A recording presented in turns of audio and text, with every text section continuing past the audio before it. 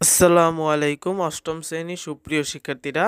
তো আজকে আমরা একটা নমুনা প্রশ্নপত্র নিয়ে হাজির হয়েছি, যেটা দেখতে পাচ্ছ তোমাদের বার্ষিক সামষ্টিক মূল্যায়নের গণিতের যে যশোর জেলা স্কুলের যে একটা প্রশ্ন, নমুনা প্রশ্ন, যেটার আসার সম্ভাবনা 90%। তো এখান থেকে যদি হুবহু না আসে, তোমাদের কিন্তু এখান থেকে একটা ভালো নমুনার কমন কিন্তু পড়তে পারে। তো আমরা যদি একটু লক্ষ্য করি, বহু নির্বাচনে কিন্তু আমাদের দেখার একটা বেশি একটা প্রয়োজন নেই। আমরা এক কথায় দেখি আমরা আমাদের কাঙ্ক্ষিত অঙ্কগুলো এখন দেখব, যে আমাদের কি সমাধান করতে বলা হয়েছে। দেওয়া হয়েছে 20-এর মৌলিক উৎপাদক লিখো। a+b+c² সমান কি? মৌলিক রাশি কাকে বলে? কোনো বৃত্তের 10 সেন্টিমিটার হলে বৃত্তের ক্ষেত্রফল কত? 45, 48, 50, 54 উপাত্তগুলোর মধ্যক কত? একটা রয়েছে ত্রিভুজের ভিতরে বৃত্তচাপটির দৈর্ঘ্য কত? এবং যে 22 নম্বর রয়েছে হচ্ছে ক্রয়মূল্য ও বিক্রয়মূল্য অনুপাত 45 হলে শতকরা কত লাভ হবে? শ্রেণী বিন্যস্ত উপাত্তের মধ্যক নির্ণয় সূত্র লিখ। সমকোণী ত্রিভুজের পরিকেন্দ্র কোথায় অবস্থান করে? 500 টাকার কত পার্সেন্ট? 4%। এবার আমরা জানবো খ বিভাগ অর্থাৎ সংক্ষিপ্ত প্রশ্ন। এবার তোমাদের এক কথার যদি উত্তর লাগে আমাদের অবশ্যই কমেন্ট করে জানিয়ে দিবে। আমরা শীঘ্রই ভিডিও কিন্তু তৈরি করব। তোমাদের কিন্তু বেশি একটা সময় নেই।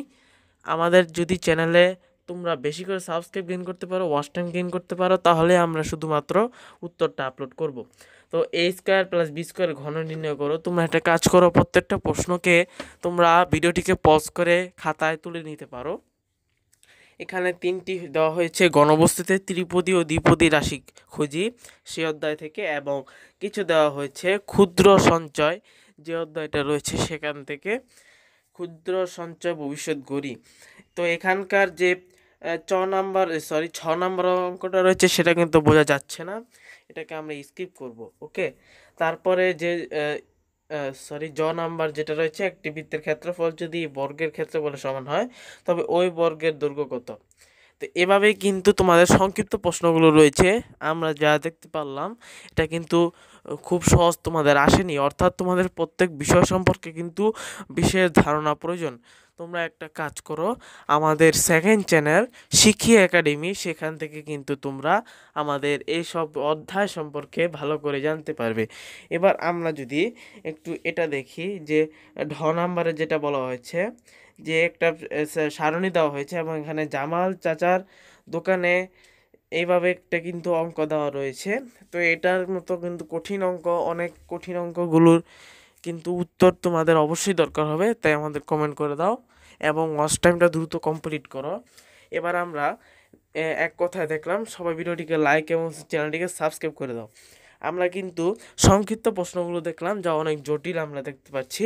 এবার আমরা দৃশ্যপট নির্ভরে চলে যাব। এখানে যে কোনো 5টার উত্তর কিন্তু দিতে হবে।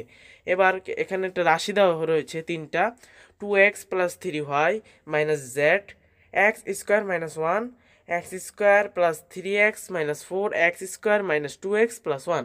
তো প্রথম রাশির গড় নির্ণয় করতে বলা হয়েছে, দ্বিতীয় চতুর্থ রাশির গসাগু নির্ণয় করতে বলা হয়েছে, এবং দ্বিতীয় তৃতীয় রাশির লসাগু নির্ণয় করতে বলা হয়েছে। এভাবে আমরা কিন্তু প্রত্যেকটা অঙ্কই কিন্তু এভাবে দেওয়া রয়েছে, যে এটা কিন্তু দৃশ্যপট নির্ভর। এখানে প্রত্যেকটির মান, ক নাম্বারের মান 2, খ নাম্বারের মান 3, এবং যে ঘ নাম্বার রয়েছে সেটার কাঙ্ক্ষিত মান হচ্ছে 5। এভাবেই কিন্তু তোমাদের মূল্যায়নটি এখন কিন্তু নেওয়া হবে।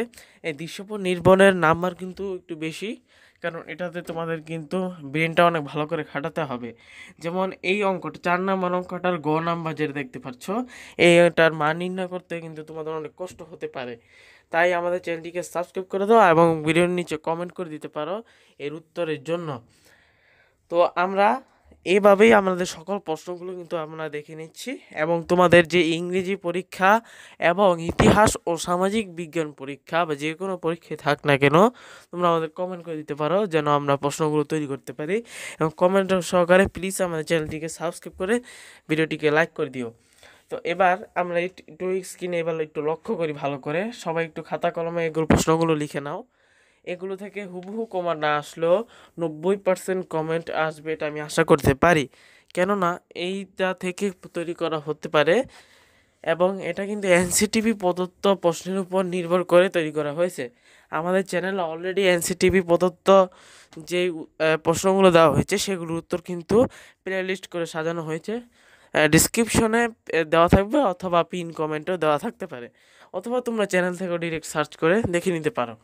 তো এবার তোমরা একটু চ্যানেলে লক্ষ্য করো যে এই যে এটাকে দেওয়া হয়েছে উৎপাদনকারীর বিক্রেতা, তো এটা কিন্তু বইয়ের একটা অঙ্ক, যেটা তোমরা স্ক্রিনে এখন দেখতে পাচ্ছ, এটা একটা বইয়ের অঙ্ক। ওকে, এটা একটা বইয়ের অঙ্ক।